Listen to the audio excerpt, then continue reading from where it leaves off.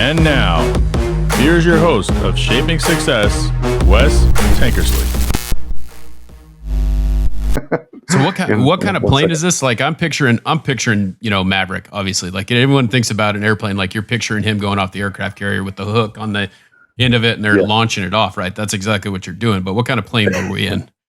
So no, nothing that crazy. Okay. We had still fun. Don't go. No. It's a two prop plane. You're not Maverick, dude. It's okay.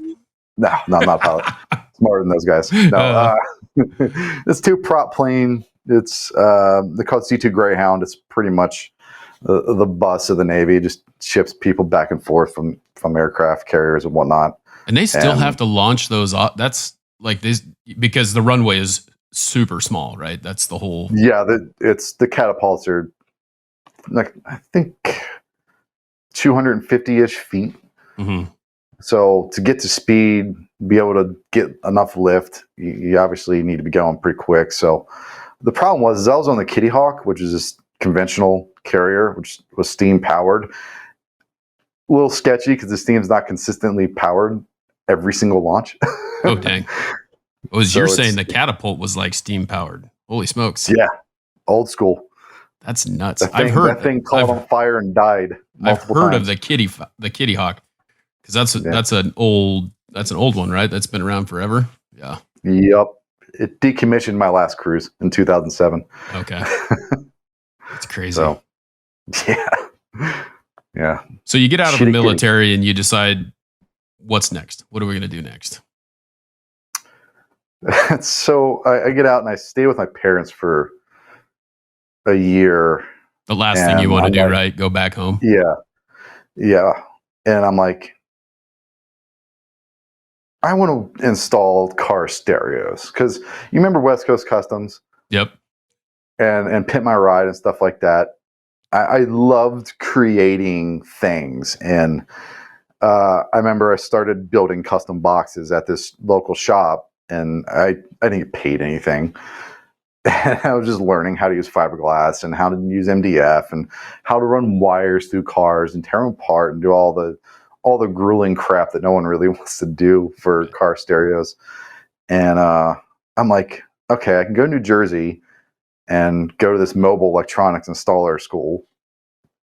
I was like, no, I want to work on cars too. So I went to UTI out in Avondale and just picked up and moved, had no job lined up, found a place, and was just like, something's going to happen because I'm going to make it happen. Right. Because I know I'm going to school, but I also need a job. So I ended up getting certified as a mobile electronics installer, if you will, and working at Best Buy. Honestly, one of the most fun times ever was installing for Best Buy. I had a blast. Yeah. I only made like $12 an hour, $13 an hour, but dude, it was so fun.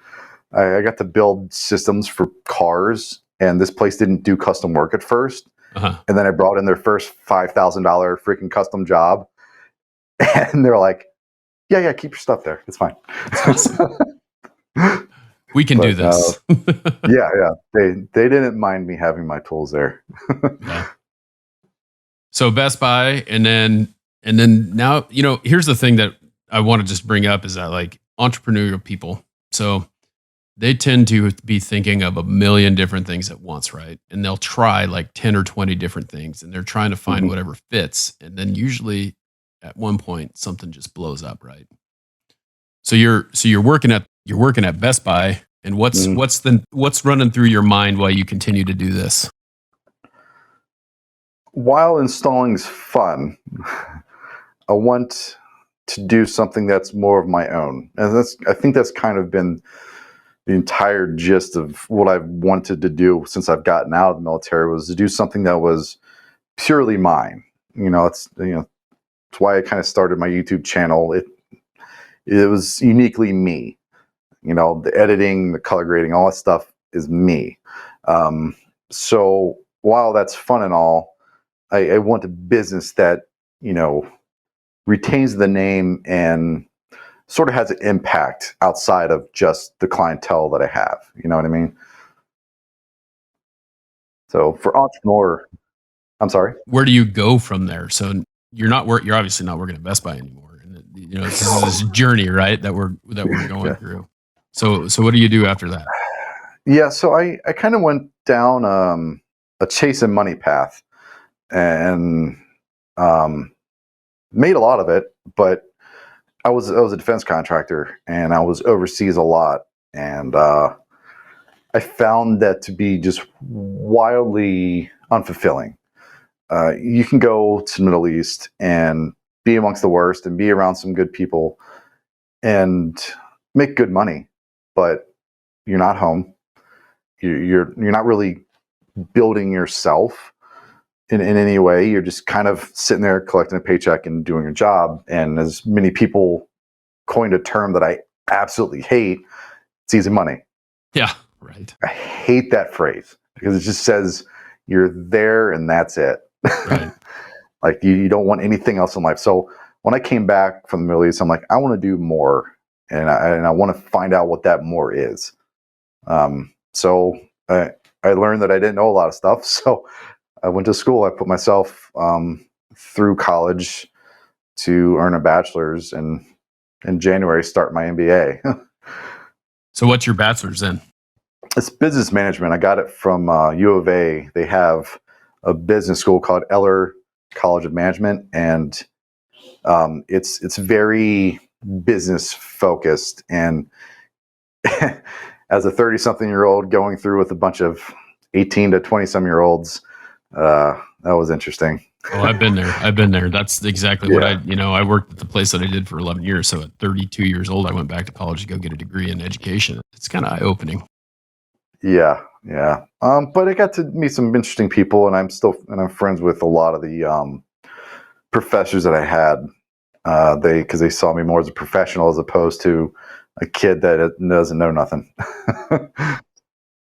I never really thought about that, but that's a pretty interesting thought. When they look at someone who's 30 versus someone who's 18, they're still kind of like teaching this kid to be an adult, whereas you're already an adult. You've already been through it because you've lived by yourself at this point. You've paid your own bills, and those types of things. So, yeah.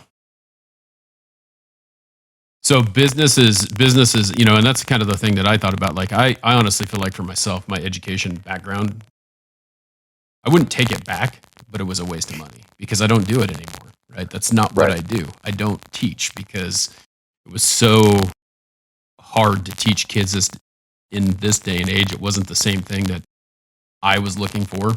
And the funny thing is, though, is that like I ended up back in kind of like an educating situation with this because I think that this is what drove me to continue.